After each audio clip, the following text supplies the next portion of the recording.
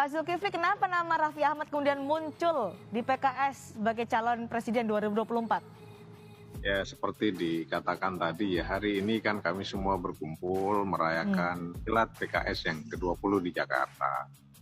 Nah, beberapa hari yang lalu kami pimpinan-pimpinan daerah, gubernur, bupati, wali kota, kader PKS itu ngobrol-ngobrol urun rembuk dan menceritakan pengalaman di lapangan di daerah kami masing-masing. Termasuk di NTB kami bercerita. Saya pernah hadir di satu acara gitu, dari bandara sampai berkilo-kilometer itu. Saya waktu itu bersama Sandiaga Uno, Menteri Pariwisata yang juga calon wakil presiden yang menang telak di Bima saat itu. Satu kabupaten yang berada di timur Nusa Tenggara Barat. Jadi yang menyambut kami itu panjang antrian berkilo-kilo, ibu-ibu, anak SMA dan lain sebagainya, penuh riuh rendah gitu. Nah, kami GR disangkanya nyambut saya atau nyambut menteri atau calon wakil presiden Sandiaga Uno. Ternyata mereka histeris itu karena di dalam rombongan Sandiaga Uno itu ada Hatta Halilintar. Artinya apa? Memberikan satu pelajaran bagi kami, generasi kami ini sebenarnya harus bercermin, mengaca diri bahwa ada satu generasi milenial, generasi yang lebih muda, anak-anak kami yang punya cara berpikir, cara pandang yang sama sekali berbeda, and they are going to be majority dari voters dalam election 2024. Nah, karena itu kita ngobrol-ngobrol, kalau election itu basisnya hanya popularitas gitu, dan dikenal publik, yang muncul dari nama-nama itu ya memang yang jutaan followernya, ada Atta, ada Atta Halilintar, kemudian Raffi Ahmad. Jadi dari popularitas saja, obrolan itu bersama dengan kepala-kepala daerah dari PKS. Nah, di samping itu menurut saya kan kita pernah lihat Raffi Ahmad dengan ngomong hello guys, kemudian mempromosikan produk segala macam, dia bisa memperoleh financial incentive yang begitu besar. Nah, menurut kami ya ke depan ini coba contoh COVID 2024 masih cukup jauh. Dan dengan perubahan teknologi bisa merubah cara masyarakat berpikir. Oleh karena itu partai-partai harus bercermin lah. Ini semacam self kritik buat kami untuk berani mencoba mengusung anak-anak muda yang mampu berkomunikasi berbahasa dengan kalangannya sendiri di kalangan milenial itu. Kira-kira gitu aja pesannya. Tapi apakah itu serius ketika disebut nama Raffi Ahmad sebagai calon presiden 2024 karena yang berbicara adalah Pak Zulkifli Mansyah, Gubernur NTB, yang dalam pernyataannya ini menjadi obrolan kepala daerah dari PKS. Ini kan petinggi PKS yang ngomongin soal ini, Pak. Ya, kalau menurut saya cara baru itu dibutuhkan dengan kemajuan teknologi ke depan. Bahkan kalau kita lihat dengan perkembangan algoritma, the power of big data dan lain sebagainya, bisa jadi 2024 itu cara kita pemilu pun will be very different, akan sangat berbeda. Nah, karena itu partai harus membuka diri dengan cara berpikir baru. Siapa tahu ada perubahan teknologi, cara memilih yang berbeda. Dan kita harus mentally prepared dengan segala macam skenario. Tentu kalau proses secara resmi pencalonnya ada mekanisme di internal partai.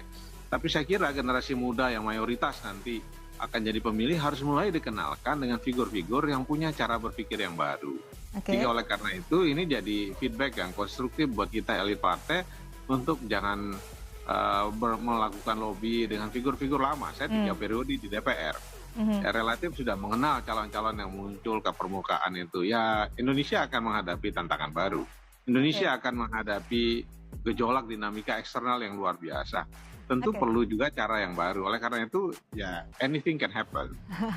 Apakah dengan menyebut Raffi Ahmad ini menjadi skenario dari PKS pada saat ini 2 tahun menjelang Pilpres untuk diomongkan oleh masyarakat soal PKS kembali disebut-sebut untuk bisa muncul? Saya kira perlu ada wake up call juga kepada generasi milenial itu untuk mereka diasosiasikan dengan generasi sebaya mereka. Karena ketika saya hadir dengan Atta Halilintar, anak saya tuh nggak pernah mau balas WA saya biasanya. Tapi ketika saya bersama Atta Halilintar, tiba-tiba dia merasa bahagia bapaknya bersama Atta Halilintar. Artinya dia mengikuti dinamika di generasinya. Tapi kan bicara soal capres, Pak, presiden gitu, pemimpin negeri ini. Calon pemimpin negeri ini. Ke depan pun, cara kita berdemokrasi, cara memilih pemimpin pun ya akan berbeda juga kalau semata pertimbangan popularitas dan elektabilitas yang jadi patokan. Kita tidak bicara kapasitas dan kompetensi sekarang. Oleh karena itu kita juga mesti merenung juga apakah cara berdemokrasi seperti ini adalah solusi terbaik atau harus kita kembali ke demokrasi Pancasila sebagaimana yang disarankan oleh founding fathers kita dulu gitu. Nah, minimal jangan sampai kita berjibaku dan terjebak dengan cara berdemokrasi yang baru, yang sangat Oke, liberal seperti sekarang, sehingga orang populer jadi pemimpin tanpa mempertimbangkan kapasitas dan oke. kompetensinya. Oke, ini bukan skenario PKS untuk mencari perhatian di tengah saat ini partai-partai sudah membentuk koalisi menuju Pilpres 2024, Pak Zulkifli. Jadi kalau menurut saya begini ya, sekarang itu kan dulu kalau Pilpres sebelumnya, itu kan dinamikanya terasa hangat itu dekat-dekat aja sebulan sebelumnya, Oke. bahkan last minute Pak Jokowi baru nentukin siapa wapresnya. Mm. Sekarang ini pemilu masih 2 tahun, dengan kondisi eksternal yang begitu berat, kita habis energi jangan sampai terkuras untuk bicara koalisi, bicara Nah, tentang calon ini, calon itu, kita nggak berbicara substantif tentang akar masalah yang sedang kita hadapi. oke, karena di Instagram Bapak menyebutkan Capres 2024 bukan Anies Baswedan, bukan Ganjar Pranowo, bukan Prabowo, tapi Raffi Ahmad. Kalau kita lihat yang followernya paling banyak, misalnya sekarang itu, kalau ditanya generasi milenial itu, ya generasi saya sama Pak Anies satu generasi. Saya sama Pak Ganjar bersamaan di DPR. Hmm, Oleh karena itu kan ada Raffi ini adalah generasi anak-anak kami yang punya vocabularies, kosakata yang sama sekali oke, berbeda mungkin cara kami berpikir. Nah, oleh karena itu kan generasi ini perlu didengar, perlu diajak bicara. Jangan sampai kami bicara tentang program, tentang teori yang tidak lagi up to date dan relevan dengan kekinian mereka. jadi dari followers nih Pak dilihatnya. Salah satunya maksud kan ini demokrasi yang populis gitu. Jadi oleh karena itu mudah-mudahan ini jadi wake up call buat senior-senior ini. Jangan sampai bikin koalisi membejangkan orang itu saja. Padahal sebenarnya ada mayoritas generasi yang perlu didengar, perlu diajak Hmm. bicara, dan perlu juga ada Oke, representasi. ini kan disebut Bapak sebagai ngobrol-ngobrol informal dengan Ya, gubernur atau kepala daerah dari PKS. Apakah dengan basis popularitas, dengan banyaknya followers, Raffi Ahmad ini akan dibawa nanti menjadi serius? ya who knows. Nah, kita nggak bisa menerka tentang muara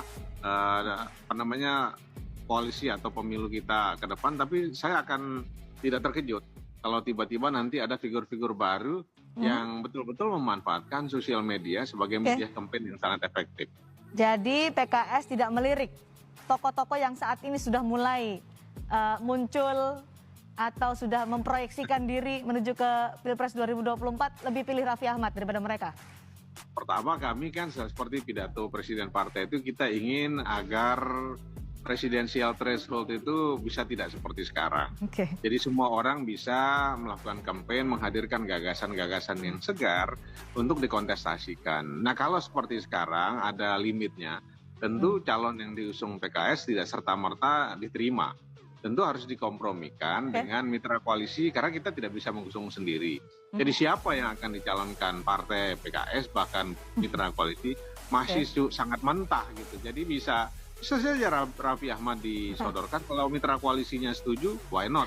Tapi Oke. kalau nggak setuju kan bisa yang lain, maksud Tapi saya. saya menggarisbawahi tadi masih sangat mentah, mungkin juga bisa ini masih jadi pembahasan informal juga di kepala daerah dari PKS ya, di Milad PKS ke-20. Bahkan saya lihat tadi di Oke. Milad PKS misalnya, ketua pemuda PKS Dr. Gamal tuh maksud saya, wah itu hebat sekali. Oke. Jadi kita tidak kekurangan stok anak muda sebenarnya. Baik.